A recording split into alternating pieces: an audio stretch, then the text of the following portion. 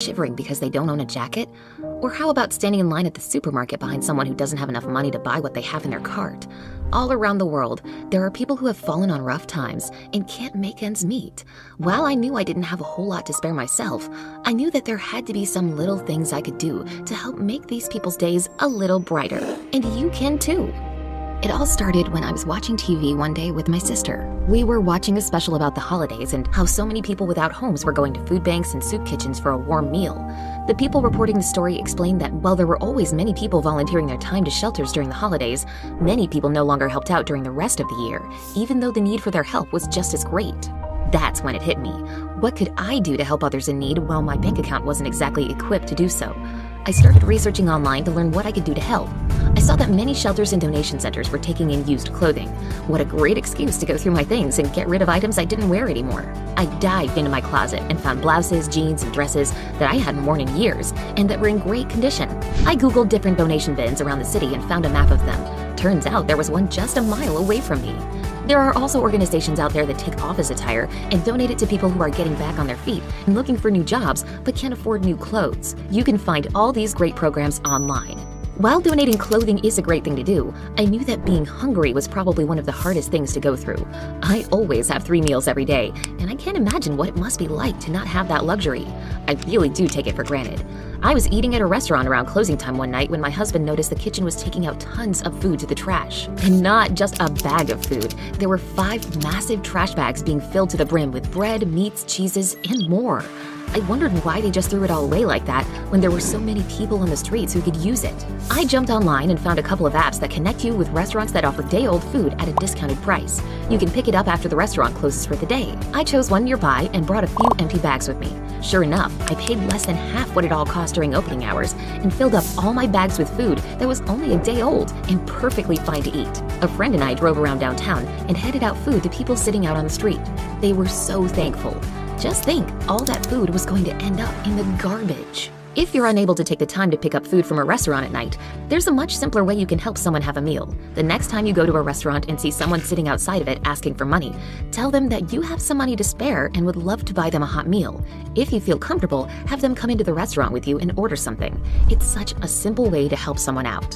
While clothing and food are an obvious problem for those in need, I never thought about what other things they need on a day-to-day basis that they just can't have.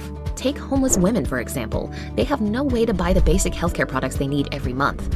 I got a group of girls together one night and we packed little bags of feminine products, books, and other little items. I found tons of these at the dollar store, so when we all chipped in a bit, we were able to get a lot of items.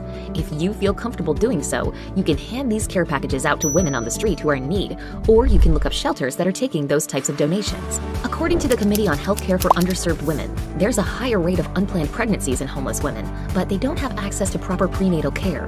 That means that complications during birth are also more common. There are a couple of national organizations you can donate money to that help women find healthcare clinics and professionals to help them. While all of these helpful gestures I just mentioned are great, sometimes it's the simpler things that make a difference. Try smiling at someone who looks like they're having a rough time.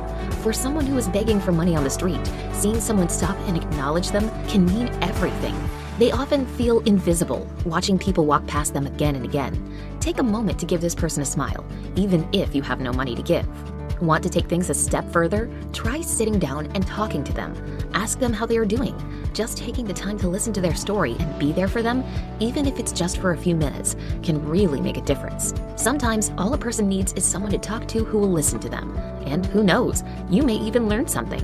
If you happen to pass someone on the street who doesn't look like they're feeling well or looks like they could use some medical attention, but it's not necessarily an emergency, dial 311 and ask for help.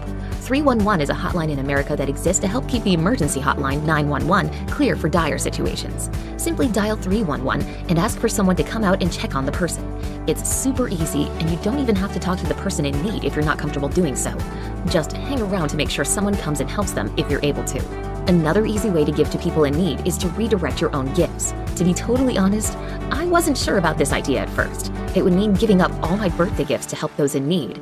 But after thinking about it, I realized that I already had everything I needed. I wasn't missing out on anything. So on my 27th birthday, I asked my friends and family to please hold off on buying me anything. Instead, I requested that they choose a charity they liked and donate whatever they would have spent on me to the organization instead. This is such an easy way to give back, and I didn't have to do a thing. If you'd like to donate money every once in a while but just can't, try budgeting the expense into your monthly spending. My brother-in-law does this and always has some change to spare when he sees someone asking for money on the street. Even if it's just $5 or $10, if you set it aside to spend just like you would rent or grocery money, you'll have a little every month to donate. You won't even have to think about it. I know that sometimes it feels like so many people in the world need so much, and how could you possibly do enough to help? But the truth is, all it takes is something little. If everyone in the world would help out in small ways every once in a while, it would really make a difference. So next time you see someone in need or have the urge to be helpful, act on it. It's simply the right thing to do. Wouldn't you want someone to do that for you? What simple things do you do to help others who are less fortunate than you are? Tell us about it in the comments. Maybe you can encourage others to do the same. Don't forget to give this video a like, share it with your friends, and click subscribe. Stay on the bright side.